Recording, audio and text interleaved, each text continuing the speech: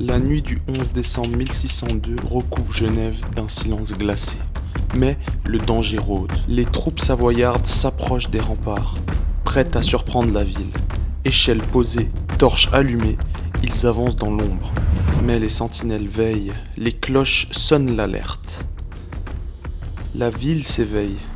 Hommes, femmes, enfants prennent les armes. Fusils, piques, pierres, seaux d'eau bouillante, chaque geste compte. Dans les ruelles étroites de la vieille ville, la mère royaume se tient prête. Les Savoyards tentent de grimper vers sa porte et elle agit. Une marmite d'eau bouillante tombe sur eux. Cris, confusion, panique. Le courage et l'ingéniosité des habitants font la différence. Les canons de la vieille ville tonnent, résonnant dans la nuit, semant le chaos dans les rangs ennemis. Les assaillants sont repoussés à chaque tentative. Les ruelles, les tours et les remparts deviennent autant de pièges pour les Savoyards. La lutte dure des heures, mais l'unité, le courage et la connaissance intime de leur cité permettent aux Genevois de triompher. À l'aube, les Savoyards battent en retraite. La ville est intacte. Cette victoire, remportée grâce à la détermination et aux actes héroïques comme celui de la mère royaume, restera gravée dans l'histoire.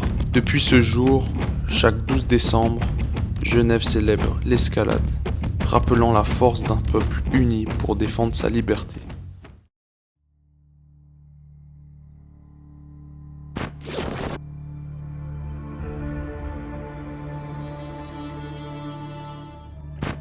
Après la nuit de l'escalade, Genève sort victorieuse, mais reste sur ses gardes.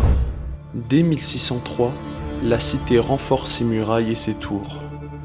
La même année, la paix de Saint-Julien, signée dans le village voisin, confirme définitivement l'indépendance de la République. Au fil du XVIIe siècle, la victoire devient le socle de l'identité genevoise.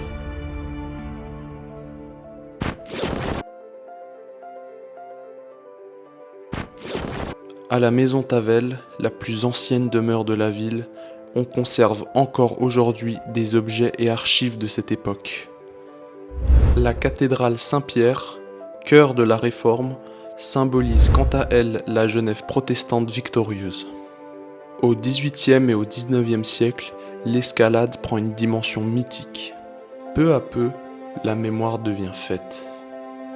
Dans les rues de la vieille ville, sur la place du Bourg-de-Four, des cortèges costumés défilent. Les familles perpétuent la tradition de la marmite en chocolat. Des murailles renforcées à la fête populaire, de la paix de Saint-Julien aux cortèges actuels. L'escalade a façonné l'identité de Genève, transformant une nuit de guerre en une mémoire toujours vivante.